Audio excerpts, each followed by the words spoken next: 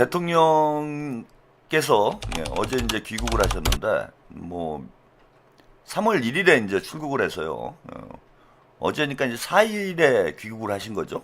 한 3박 4일 대통령이 자리를 비웠는데 또 마침 대통령께서 해외 순방을 떠났. 이게 정청래하고 제가 곰곰이 생각을 해보니까 정청래하고 이게 트럼프하고 원팀이 아닌가 생각이 들어요. 그 정청래가 지금 본인은 이제 친명이라고 계속 박박 우기고 있고, 김어준도 왜 정청래는 친명인데 반명이라고 그러느냐 그러면서 지 혼자 그냥 뚜껑 열려가지고 급발진을 하고 있는데, 지금 정청래가 이제 욕을 얻어먹고 있는 가장 큰 원인 중에 하나가 대통령께서 출국만 하시면은 해외에 나가시기만 하면은 사고를 치는 거잖아요. 그게 이제 일단 이재명 대통령 지지자 여러분들이 의 영리를 건든 가장 큰 이유가 그거예요. 물론 이제 뭐 합당 제안이 결정타가 되긴 했지만은 그 전까지 그래도 정청래가 이재명이 정청래고 정청래가 이재명이다 이렇게 명팔이 해가지고 당대표가 됐고, 당대표 선거할 때만 해도 정청래를 이제 친명이라고 오해하신 분들이 상당히 많았어요. 그래서 제가 맨날 드리는 말씀이 정청래가 이제 사기 쳐가지고 대통령 저기 당대표가 된 거다 이런 말씀 드리잖아요. 이거 잘 모르시는 민주당 당원들 중에서도 뭐 유튜브 많이 보시지 않는 분들, 특히 뭐 김어준 뭐 조욱 뭐 이런 거나 보시는 분들은 정청래를 친명이라고 생각할 수밖에 없어요. 그리고 유튜브 소비하는 시청자층이 그 대부분 이 세계 채널을 좀 편식하는 경향이 있잖아요. 김어준, 최욱, 이동영 요 세 개가 유튜브 시장의 뭐 80% 이상을 점유를 하고 있기 때문에, 특히 저같이 반문, 반털 성향의 유튜버가 또 많지는 않아요. 제가 뭐 지금 반문 반털 유튜버, 이른바 뉴 이재명 유튜버죠. 뉴 이재명 유튜버 중에는 제가 시청률이 제일 높은 지경이니 뭐 그렇다고 해봐야 제가 뭐 한 5, 6천 되는 거잖아요. 근데 이제 합당 사태 벌어지기 전까지는 제가 한 3, 4천 정도 동접자가 이랬다가 뭐 최근에 이제 늘어난 거니까, 대부분의 당원들은 저와 같은 주장을 접하기도 힘들어요. 그러다 보니까 이제 정청래한테 사기당해가지고 김어준한테 사기당해서 당대표를 만들어준 거지. 근데 아니 정작 당대표가 되고 나니까 좀 이상한 거예요. 이상하잖아. 대통령 하시는 일에 사사건건 발목을 잡고 대통령 순방 나가실 때마다 사고를 치고 시끄럽게 만들고, 이게 이제 반복이 되니까 아 이거 정청래 좀 이상하다 이런 이제 인식이 생긴 거지. 그게 몇몇 유튜버들이나 커뮤니티에서 뭐 정청래를 악마화했다고 그래가지고 그 많은 당원들이 그 목소리에 딸려오는 게 아니에요. 본인들이 그동안 보면서 보고 듣고 느낀 것을 따라 결론이 난 거죠. 이제 집단지성이 정답을 찾아가고 있는 과정인 거예요. 근데 김어준은 큰 착각을 하고 있는 게, 그게 뭐 제명인의 마을이나 뭐 덕후나 이런 이제 뉴 이재명 성향의 이런 커뮤니티에서 정청래를 악마화해서 혹은 본인을 악마화해서 유시민을 악마화해서 반명으로 몰리고 있다. 혹은 몇몇 유튜버, 뭐 그래봐야 뭐 저 하나 정도 아닙니까? 몇몇 유튜버가 정청래를 지속적으로 반명으로 비난을 해가지고 지금 당심이 바뀌고 있다. 뭐 이런 착각을 하고 있는데 결코 그럴 수가 없어요. 정청래를 반명으로 만든 건 정청래 본인이에요. 본인이 반명의 행태를 하지 않았으면은 우리 당원들이 왜 그걸 뭐 억지로 아무리 비난을 해도 반명이라고 생각을 하겠습니까? 안 그래도 이제 반명이라고 주장하는 그런 유튜버들이 있었는데, 정청래가 하는 짓이 그 유튜버들의 주장을 입증하는 그런 행동을 했기 때문에 유권자들의 이제 당원들의 마음이 바뀐 거죠. 생각이 바뀐 겁니다. 집단지성이 정답을 찾아온 거죠, 이제. 근데 왜 제가 이제 트럼프하고 정청래가 이거 똑같은 원팀 아니냐 이런 말씀을 드리다가 잠깐 뭐 딴 얘기가 좀 나왔는데, 아니 한번 생각해보세요. 정청래가 그 대통령 해외 순방 나갈 때마다 이제 사고를 치고 이번에는 사고 안 치나 했더니 본인은 이제 사고를 안 쳤는데 여자 정청래가 대신 사고를 쳤죠. 그래서 또 시끄럽게 만들었어요, 이번에도. 그런데 트럼프가, 여러분 한번 기억을 한번 더듬어 보세요. 연초에 베네수엘라 마두로 대통령을 체포를 했잖아요. 그때가 언제냐면은 이재명 대통령께서 중국 방문하셨을 때, 어? 시진핑 만났을 때, 예, 베네수엘라를 공격을 해가지고 대통령을 체포했어요. 그러더니 이번에는 대통령께서 또 싱가포르 가셨는데 이란을 침공을 했어. 이게 정청래하고 이게 트럼프하고 이게 한 팀이 아닌가? 어? 아니 이재명 대통령만 해외 나가시면 이것들이 눈깔이 뒤집히는 건지.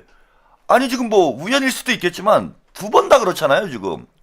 트럼프가 베네수엘라 칠 때도 대통령께서 중국 방문했을 때, 그 이번에 이란을 침공했을 때도 또 해외 순방할 때, 이게 참 우연이라고 하기에는 아주 뭐 희한한 우연입니다. 아무튼 이번만큼 또 대통령의 귀국을 우리 국민들이 간절히 기다릴 적이 없지 않았나 그런 생각이 들어요. 대통령께서 안 계신 상황에서 뭐 전쟁이 터지고 또 주가가 뭐 연일 폭락을 하면서 야 이거 진짜 큰일 나는 거 아닌가 이런 이제 걱정을 했는데 그 공교롭게도 대통령께서 돌아오시자마자 상황이 반전되고 있어서 우리의 이제 대통령에 대한 믿음과 신뢰가 더 깊어지는 것 아닌가 그런 생각을 해봅니다. YYJP님 노래 작사 작곡 누가 한 거예요? 너무 좋아요. 이게 2022년 대선 때 제가 작사를 하고 저기 백자 가수가 작곡을 한 곡이에요. 나는 돌멩이라는 곡입니다. 4년째 밀고 있는데 안 뜨고 있는 곡이에요. 작사는 제가 했고 그 백자 가수가 제 친구예요. 그래서 친구한테 이제 부탁을 해가지고 작곡을 한 곡이 나는 돌멩이. 이거는 이제 이재명 대통령님 응원가로 사실 만들었던 거예요. 그 대선 때 쓰려고 만들었는데 채택이 안 됐어요. 실패했습니다. 실패한 걸작 이렇게 보시면 됩니다. 아무튼 우리 대통령 돌아오시기를 여러분들이 손꼽아 기다리셨을 텐데 오늘 귀국 영상 또 잠깐 만나보시고 가겠습니다. 또 대통령께서 늦은 밤에 도착을 하셨는데 함께 영상 보시고 뭐 많은 분들 보셨겠지만은 제가 또 드리고 싶은 얘기가 있어서 대통령님 귀국 영상 함께 보겠습니다.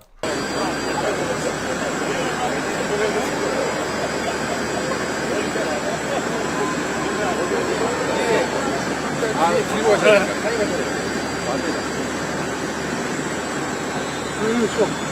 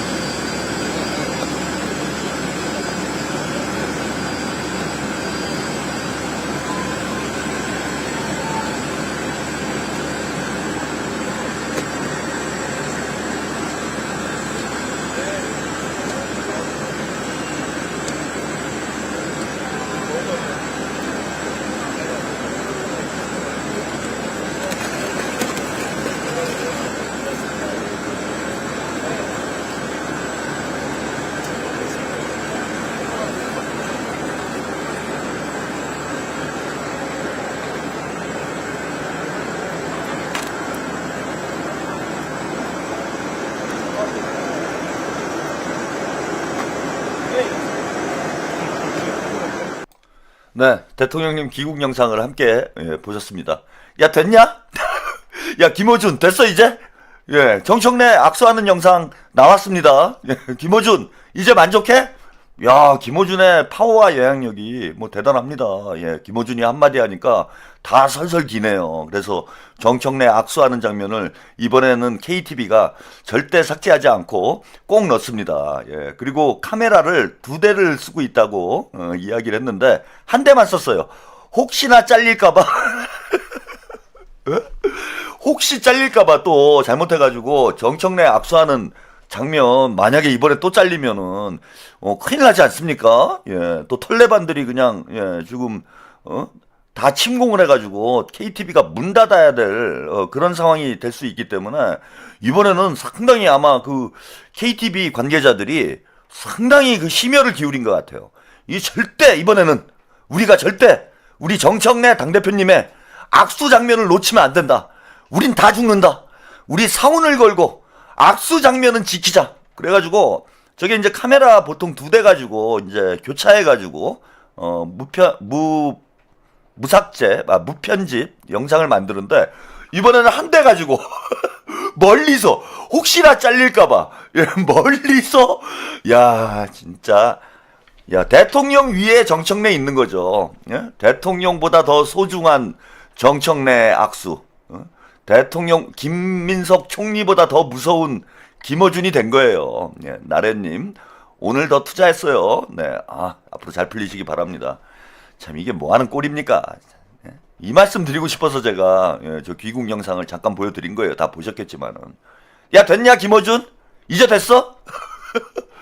아니 어제 저거 귀국 영상 다 나왔는데 그래도 오늘 뭐 분이 안 풀렸는지 오늘 아침에 또 폭주를 하더라고요. 예, 그래서 뭐 개인적으로는 지금 대단히 고맙습니다. 제가 이제 2가지 차원에서 상당히 고마운데 그 목요일 날 제가 이제 수요일 목요일은 좀 그 개인 일정을 소화를 하고 와요. 그래서 뭐 1박 2일 정도 잠깐 이제 출타를 했다가 집으로 돌아오는데 집에 이제 오후에 와서 방송 준비를 해야 돼요. 좀 많이 급하죠. 예, 이틀 동안 뉴스 이제 그 스크린을 못 하고 있다가 지금 빨리 와가지고 집에 오자마자 방송 준비를 하려니까 목요일은 제가 좀 벅찬 게 있어요. 방송을 준비하는 게. 그런데 김어준 덕에 컨텐츠 한 반은 일단 김어준이 땡겨줘요. 김어준이 반을 땡겨줘. 그래서 목요일날 와가지고 방송하는데 너무 제가 수월합니다. 김어준이 한 그 컨텐츠를 한 반 정도 채워주니까 거기다 이제 김어준이 반, 최민희가 또 한 3분의 1? 투톱으로 막 조져버리니까 방송 준비가 너무 쉬워요. 그냥 뉴스공장만 잠깐 보면 돼. 그래서 뭐 고마운 점이 하나 있고 최근에 뭐 제가 빅스피커로 거듭나지 않았습니까? 그동안은 뭐 나름 친명 이제 진영에서는 나름 이제 이름 있는 유튜버였지만은 제가 뭐 사실 하바리를 벗어나지 못하고 있는 그런 처지였어요. 5천을 넘어야 이제 우리가 빅스피커다. 어디 가서 이제 이런 얘기를 할 수 있는데 제가 뭐 주로 이제 3, 4천대에서 이제 헤매고 있었는데 정청래, 김어준, 유시민이 개 똥볼을 차는 바람에 그때 시청률이 폭등을 해가지고 우리 그 코스피하고 제가 지금 경쟁하는 단계로 코스피와 이제 주거니 받거니 하면서 서로 경쟁하는 단계로 이렇게 성장을 했어요. 그래서 김어준 덕에 뭐 사실 빅스피커가 됐다. 이렇게 얘기를 해도 과언이 아닐 정도로 김어준에게는 참 고마움을 느끼고 있는데 한심하더라고요. 제가 오늘 뭐 개인적으로는 방송 에 많은 도움이 돼서 고맙긴 한데 아니 그 이미 다 팩트가 확인된 거를 그걸 미련을 못 버리고 끝까지 본인이 무덤을 파고 있는데 전 조만간에 진짜 자멸을 하겠구나. 김어준이 왜 그러는 건지 모르겠어요. 왜 이렇게 집착을 하지? 그러니까 그 음모론에 너무 심취를 해가지고 과대망상으로 간 것 같아요. 우리 그 유튜버들 중에 그러는 사람들이 종종 있어요. 그 시청자분들도 가끔 제가 뭐 댓글이나 이렇게 읽어보면은 약간 과대망상 직전에 가 있는 분들이 좀 있어. 그러니까 음모론이 좋긴 좋은데 거기에 이제 너무 빠져버리면은 확증 편향이라는 게 생겨요. 그냥 확증 편향이 심해지면은 그게 과대망상이 되고 과대망상이 심해지면은 정신분열로 가는 겁니다. 그래서 김어준이 한 20년 가까이 저 음모론으로 먹고 살다 보니까 이 음모론이 이제 과대망상 단계로 제가 볼 때는 접어든 게 아닌가. 그리고 과대망상 상태에서 조금 더 지속이 되면은 정신분열 상태로 가요. 제가 볼 때는 지금 그 경계에 있는 것 같아. 과대망상과 정신분열의 그 경계에서 뭔가 현실 감각이 떨어진 거예요. 이걸 가지고 계속 판다고 해서 무슨 답이 나올 수 있는 게 아니야. 어디서 뭐 누가 KTV에서 뭐 양심 선언을 해가지고 야 김민석 총리가 시켰어요 편집하라고 뭐 이런 무슨 뭐 그런 일이 있을 수도 없겠지만은 그런 무슨 양심 선언을 하기 전까지는 그냥 본인의 어떤 추정과 추론이지 그걸 입증할 만한 객관적인 증거를 찾아내기가 어려워요. 근데 거기에 빠졌어. 제가 볼 때는 이거는 김민석이 사주를 한 거야. 그러니까 김민석을 잡아야 된다라는 김민석에 대한 스토킹. 김민석을 김어준이 김민석 총리를 계속 공격하는 이유가 있어요. 털레반들이. 김민석 총리가 뭘 잘못해서가 아니야. 오히려 그 반대예요. 김민석 총리가 일을 잘하기 때문에 공격을 하는 거예요. 일을 잘하기 때문에 공격하는 거야. 왜? 일을 못하면은 공격을 안 해요. 일을 못하면은 차기 주자로 부각될 가능성이 낮기 때문에 일을 못하면은 공격을 안 합니다. 근데 김민석 총리가 자기들이 봐도 일을 너무 잘하고 있는 거야.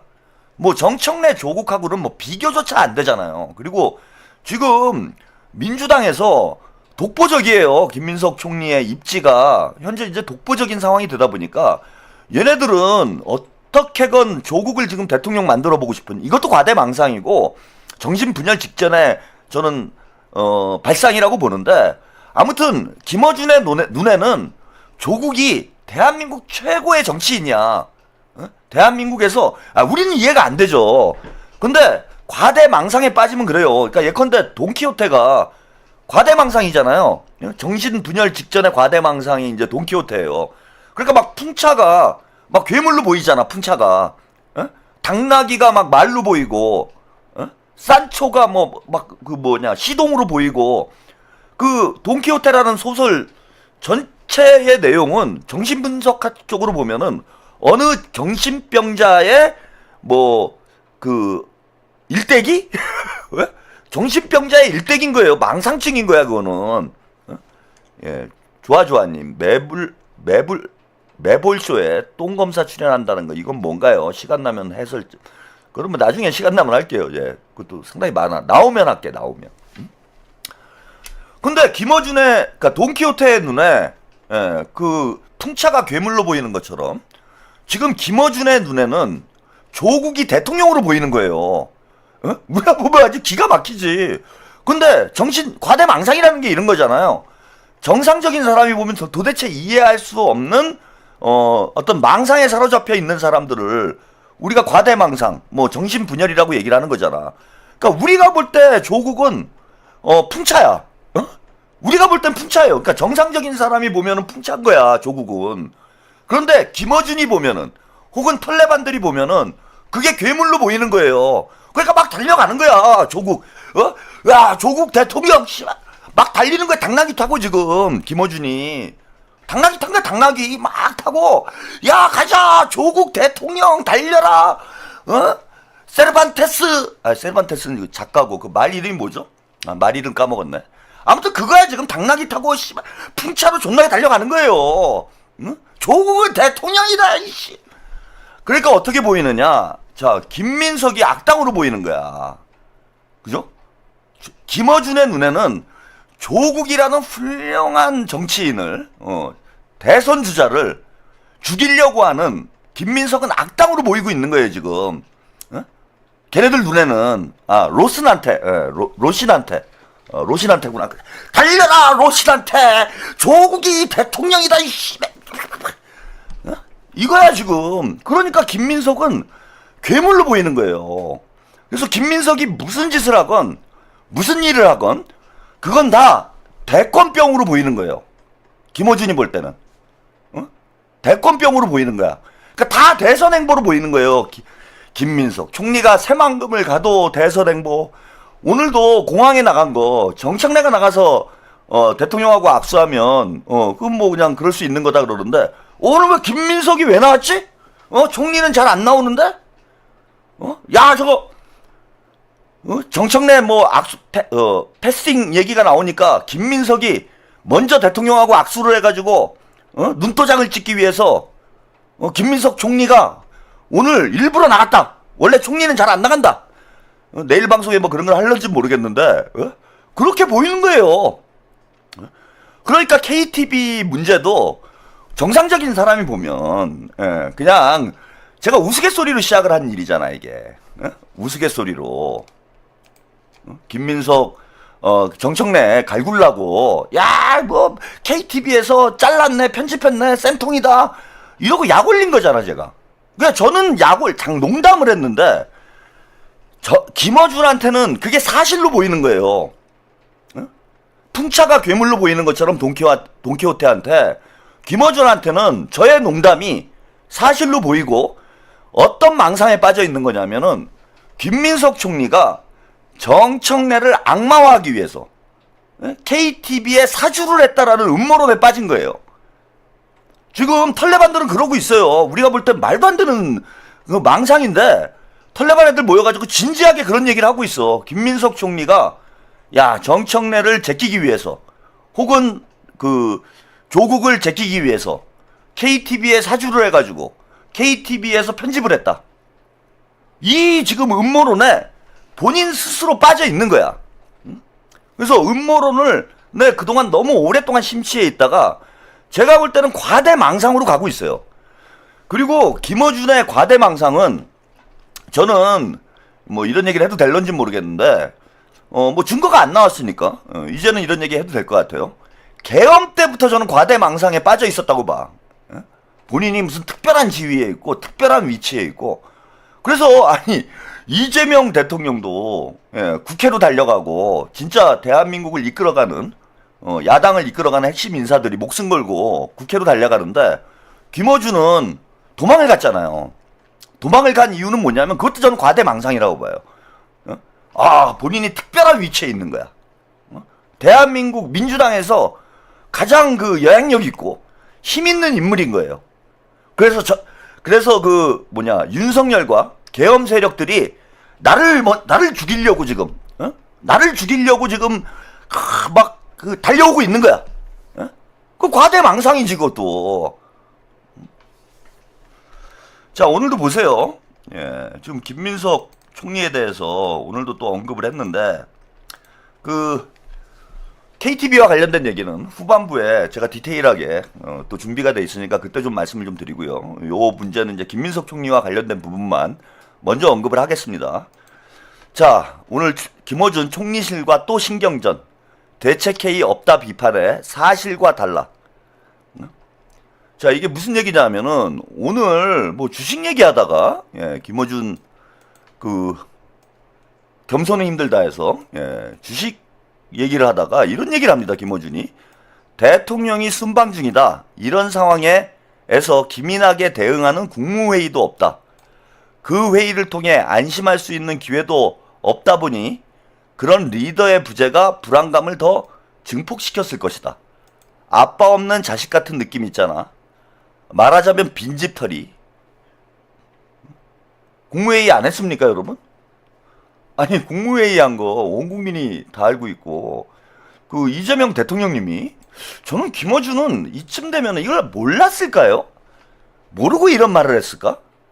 아니, 하루 종일 본인의 업이 하루 종일 뉴스 보는 거잖아. 그죠? 뉴스를 봐야 본인 방송을 하니까. 근데 이재명 대통령께서 김민석 총리와 출국을 하시면서 김민석 총리와 강훈식 비서실장에게 각별히 당부를 했고 김민석 총리도 대통령의 지시에 따라서 대비책을 만들기 위해서 매일 회의를 하다시피 했어요. 매일. 근데 아빠 없는 자식 같은 느낌이다? 리더의 부재다? 회의를 통해 안심할 수 있는 기회가 없었다? 게다가 더 황당한 발언이 나옵니다. 여기서 대통령이 지금 외유였다. 그래서 대책회의가 없다. 뭐가 어떻게 하자는 거지? 뉴스도 없고 하루 종일 불안하고. 아니 뉴스가 없었어요? 김민석 총리가 대책회의를 하는 뉴스를 여러 채널에서 다 보도를 했는데 김어준은 뉴스 공장만 보나봐. 지방송만 보나봐요. 나르시시스트야? 자기한테 막 빠져들어 막? 다른 뉴스는 안 봐요? 게다가 이게 일부러 그런 건지 무식한 건지 모르겠어요. 대통령이 놀러 나갔습니까? 대통령이 지금 외유였다. 외유는 그런 거잖아요. 해외로 놀러 간 게 외유잖아. 우리가 유람한다 그럴 때 유자 쓰는 거잖아요. 그 유자잖아. 그러니까 외부로 유람 간 게 외유잖아. 이건 어떤 경우에도 쪽팔린 일인 거예요. 만약에 의도적으로 대통령을 폄하하기 위해서 외유라는, 대통령께서 해외로 놀러 가셨다 이런 표현을 쓴 거라면은 이거는 맞아 죽을 일이고, 예. 이게 지금 외유라는 단어의 뜻을 몰라가지고 이런 방송을 했다라면 그거는 진짜, 예, 그것도 맞아 죽을 일이죠. 예, 무식해서 맞아 죽는 거. 첫 번째는 싸가지 없어서 맞아 죽는 거죠. 대통령의 해외 순방을 외유라고 표현한 게 의도적인 것이라면은 싸가지가 없어서 맞아 죽어야 되는 거고, 그게 아니라 외유라는 단어의 뜻을 잘 몰라가지고 실수로 썼다라면은 무식해서 맞아 죽어야 되는 그런 거지. 그러니까 어떤 경우에도 맞아 죽어야 되는 거죠. 어떤 경우일지라도 의도적으로 했건 몰라서 그랬건 둘 다 맞아 죽어야 되는 발언을 한 거예요. 자, 이와 관련해서 김민석 총리가 이제 발끈했습니다. 대통령 순방 중에 정부는 중동 상황 발발 직후부터 매일 오후 비상 점검을 위한 관계장관 회의 3월 1일, 2일, 3일, 4일 하루도 안 빠지고 비상 점검을 위한 관계장관 회의를 했고, 이게 뉴스에 다 보도가 됐어요. 저는 김어준이 못 봤을 리가 없다고 봐. 회의에서는 재외국민 보호, 안보 태세 대비 경제 영향 최소화, 국민 불안, 동요 방지 등 외교부, 국방부, 재경부, 산업부, 해수부 등 모든 관계 부처의 총력 대응을 점검을 하고, 회의 후에는 대국민 브리핑을 진행해왔다. 대국민 브리핑까지 했어요. 아니, 그러니까 청와대 출입을 해주면 뭐합니까? 그러니까 이거는 뭐 총리실에서 해명을 하지 않아도 제가 볼 때는 이걸 모르는 사람이 없어요. 근데 김어준은 지금 모른다? 김어준만 몰랐다? 제가 볼 땐 절대 모른 게 아닙니다. 그러니까 아까 그 말씀을 드리려고 또 이 뉴스를 소개를 해드리는 거예요. 끊임없이 김민석을 공격하는 거예요. 무슨 이유선 기회만 생기면 공격하는 거야. 왜? 쟤네들은, 우리들은 전혀 그렇게 생각을 안 하는데, 조국의 라이벌이, 김어준은 조국의 라이벌이 김민석 총리라고 생각을 하는 거예요. 조국을 대통령으로 만드는데 가장 큰 걸림돌이 김민석이라고 생각을 하는 거야. 그래서 기승전 김민석인 거예요. 기승전 김민석이야. 그래서 가짜뉴스로. 저 가짜뉴스잖아요, 지금. 응? 다른 게 가짜뉴스, 저 가짜뉴스잖아. 대책회의 없었다. 이거 가짜뉴스잖아요. 30만 명이, 뭐 20만 명, 30만 명이 보고 있었는데, 저런 가짜뉴스를 퍼뜨려가지고 김민석 총리를 공격하도록, 유권자들이 김민석 총리에 대해서 잘못된 인식을 갖도록 만든 거는 어마어마한 범죄 행위예요. 그래서 가짜뉴스 근절법으로 총리실에서 이건 처벌을 해야 돼요. 팩트가 명백히 가짜뉴스라는 게 확인이 된 거잖아. 그런데 김어준이 뭐 민주당의 스피커라고 그래서, 혹은 김어준의 영향력이 크다고 그래서 가짜뉴스를 공공연하게, 그것도 수십만 명이 생방송으로 방송을 보고 있는 데서 공공연하게 가짜뉴스를 퍼뜨렸는데, 가짜뉴스를 총리께서 엄단을 해야 된다라고 직접 지시를 해놓고도 이거를 처벌을 안 한다라면은 이것 역시 내로남불이 될 수밖에 없어요. 응? 저는 김어준이 됐건 뭐 누가 됐건 간에 저도 마찬가지예요. 저 다음 주에 이제 조사받으러 갑니다. 가짜뉴스면 조사받아야죠. 그리고 진짜 가짜뉴스였으면 처벌을 받아야지.